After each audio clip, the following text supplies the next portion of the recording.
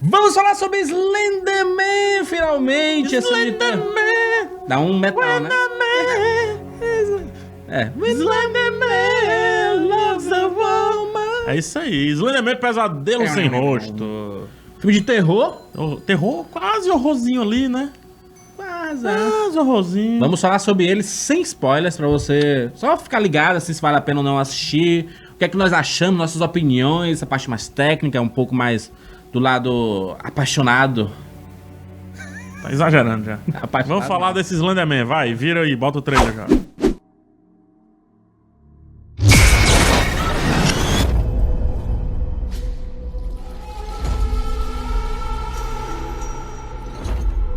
Slenderman é esse personagem mitológico. Não é mitológico. Mitológico porque foi criado na época da... Internetológico. É um mito. É um mito, é um mito. É um mito. Se é um mito... É lógico. Mito. O mitológico é muito atrás, né? É muito nas antigas. Não vamos na etimologia, vamos fazer o seguinte. Foi uma lenda urbana criada na internet. Sim, olha aí. Que aí ganhou a sociedade, É um mito milênio. É um mito millennium, exatamente. Lá, um pouquinho antes de 2012, o jogo é de 2012, tem jogo, tem um monte de coisa, Tem né? jogo, tem documentário. Documentário da HBO, bem legal. Tem easter egg em vários jogos, inclusive. Colocar o Slenderman escondidinho e tudo Tem mais. muito GIF na internet, se você quiser utilizar nos seus stories aí, fique à vontade. E ganhou a sociedade, né? Quando algumas meninas mataram uma pessoa e daí disseram que estavam fazendo isso amando do Slenderman, que as dominaram, né? Psicologicamente. Mas a sinopse desse filme? É muito simples. Jovens se reúnem pra olhar na internet. Pra fazer merda, que é o que jovens fazem. É o que jovens fazem muito bem, né? E aí começa a pesquisar e fala assim, vamos pesquisar sobre esse mito chamado Slenderman, que tem um fórum em que você acessa... Que é uma referência ao Reddit. Isso. Né? O Reddit que Exato. foi responsável por espalhar essa história do Slenderman. E aí eles encontram lá um vídeo que você assiste e você tem que seguir as regrinhas do vídeo. Ficar com o olho fechado, escutar as 3 badaladas, não sei o que e tudo mais. E essa história acaba impactando mesmo essas meninas aí. Acaba dando certo, né? Acaba sugerindo até demais. E o filme começa meio assim, né, Juro? Contando a história, né? Ele tenta contar... Não dessas meninas.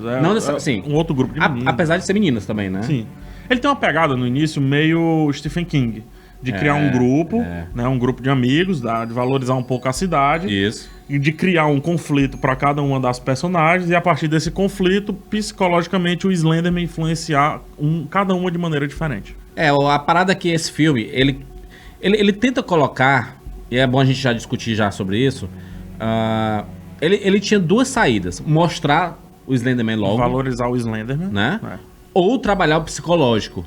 E aí ele escolhe o Slenderman, né? Ele prefere o Slenderman. Por isso que eu digo que no começo não. No começo é mais psicológico. Não tem um pouquinho de psicológico, Primeiro ato.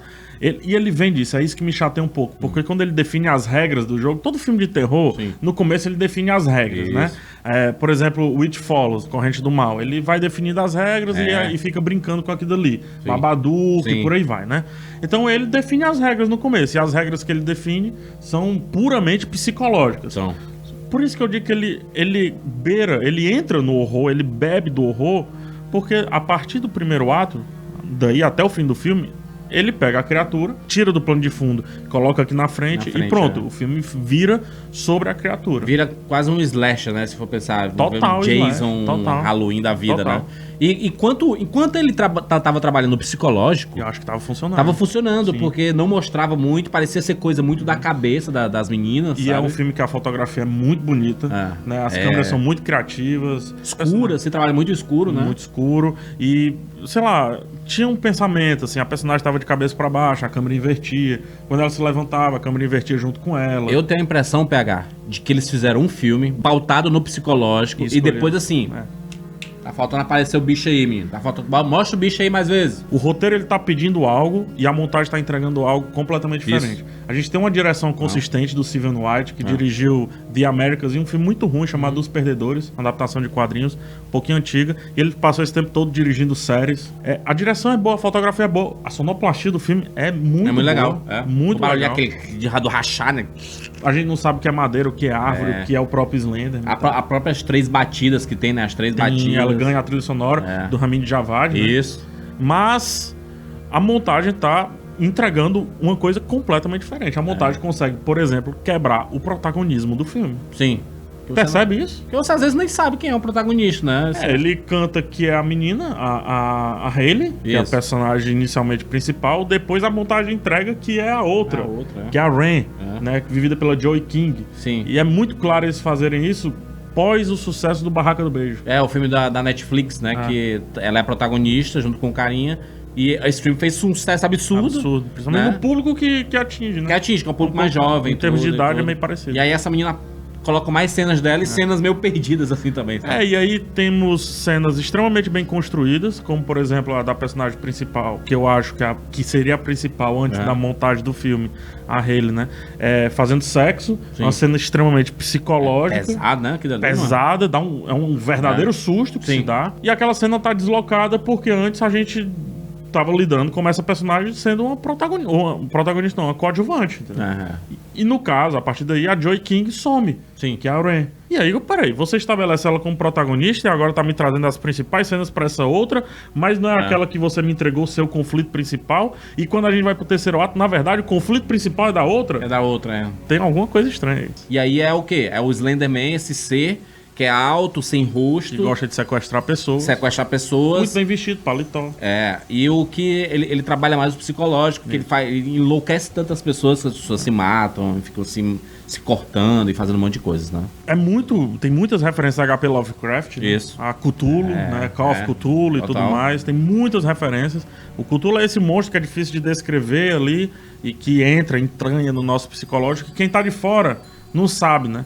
Se tá vendo algo fantasmagórico ou se a pessoa mesmo tá simplesmente se matando. Né? Tanto que a lenda, ela surge de um cara que ele pegou fotos e inseriu no Photoshop... Fotos da antiguidade, né? Slenderman, assim, no cantinho. É sempre um ser estranho, esguio, assim, sem face, no cantinho das fotos. Sim. E começou a se tornar tão frequente que as pessoas passaram a ver o Slenderman em coisas que o Slenderman não estava, sabe? E aí o mito ganhou força, né? Legal. Eu acho que esse filme não assusta, sabe? Eu acho que a principal foco dele era dar um terror, né? Te assustar, assim. No começo eu digo que ele prepara bem. Eu sou um medroso de marca maior. Então, né, eu não sou parâmetro. Mas no começo eu tava ali na tendência de fechar o olho. Quando ele perde esse lance psicológico, isso com 15 minutos de filme. Você passa até não ter medo. Cara, eu cansei do Slenderman, eu achava massa, eu era fã do Slenderman no meio do filme. Inclusive, eles têm um recurso que é muito legal e eles não sabem utilizar. Não, também um desses. É legal. Mas aquele que ele tem uma câmera e ele vai filmando o lado que você tá olhando, sabe? Sim. E aí, quando aproxima, você não... De onde é que tava... Primeiro tem uma explicação lógica, sei lá, sabe? Mas é nesse momento que ele acaba bebendo dos slash movies, né? Nos filmes slash, Jason, etc. E eu acho que é uma péssima referência pra ele ter. Acho que é um filme que deveria se calcar mais no It Follows, que já foi citado aqui, no próprio Babadook. Mas principalmente em filmes como A Bruxa. Eu acho que você não...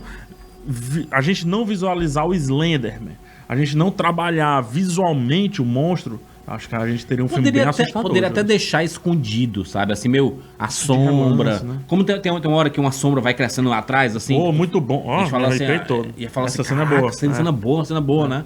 Mas não, aí tem uma hora que mostra. E aí você perde o medo. Quando você vê muito o vilão, sabe, desses filmes de terror, você acaba perdendo o medo. E o final, assim, não vamos contar, obviamente, mas o final, o protagonista vira ele, pelo menos, praticamente, né?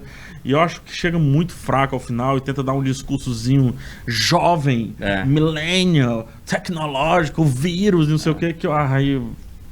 Fica bem ruim mesmo. É muito didático, o filme é muito didático. Vamos pras notas? Vamos pras notas. Eu posso começar a minha? Por favor. Dá uma nota bem baixa pro filme, acho que é uma nota 3. Principalmente no momento que a gente tá vivendo do terror, o terror se reinventando. Tem muito filme bom de terror nessa voltando a beber de fontes sensacionais, como O Exorcista e por aí vai, né? Até a história do meta-terror sendo criado. Eu acho que esse filme, ele não se valoriza, ele não valoriza a matéria-prima que ele tem. Os conflitos das meninas são bem legais, um conflito familiar, um conflito introspectivo, outro um conflito mais de sexo ali, mais adolescente e tal. Não valoriza esses conflitos e acaba se sabotando quando não aposta no terror psicológico, mas sim num quase horror, eu diria. Eu também vou nessa linha pegar, mas eu vou dar uma nota 4 de 10. Mudou muito aqui. Agora vai. Mas é o mesmo padrão, assim. Infelizmente, filme de terror... É 880, né? Ou ele tem que te fisgar de alguma forma. Seja pelo psicológico, seja te colocando dentro do filme, seja ou dando só sustos. Que não seja você sinta medo. Sabe que você fica, ai meu Deus, caraca, estou morrendo de medo. Eu nem critico o jump assim, scare, assim, eu não critico não. Porque e filme de terror é isso, sabe? Filme que se pauta no terror, ele acaba fazendo isso. Alguns fazem bem... É filme de herói sem luta, se não tiver nenhum... Dá um exemplo. Invocação do Mal, ele tem jumpscare. Total. Né? Total. Mas ele sabe utilizar esse jumpscare. Sabe? Ele é bem construído. Sim. E aqui não é o caso, sabe? Quando ele começa a te colocar, porra, tô começando a comprar essa ideia, essa história, surgiu da internet, um negócio bem factível aqui do nosso mundo, sabe? É real, a lenda, né? O mito história, é real. A criação da história. O jeito que foi criado e tudo mais. Inclusive abre possibilidades para no futuro serem criadas outras histórias, outros filmes baseados em mitos e lendas e tudo mais. Afinal, a empresa, uma das produtoras é a Mythologies. E a Screen Gems, né? Que querem fazer esse trabalho, sabe? Com mitos criados na internet. Mitos modernos. Falamos sobre Slenderman. Que outros mitos poderiam ganhar filmes? Uma dica. Brasileira, perna cabeluda, mano. Perna cabeluda. Louro do banheiro. Louro do banheiro não é nossa, né? Saci. É isso aí. Mas enfim, comenta aí, deixa os comentários direitinho. Uma dica, já tá aqui as coisas aqui, né? Os vídeos aparecendo. Sim. Mas assiste o documentário da HBO. Documentário. Tem um trailer aqui pra você assistir. É bem legal. Mostra o mito. O mito do Slenderman. E dá medo.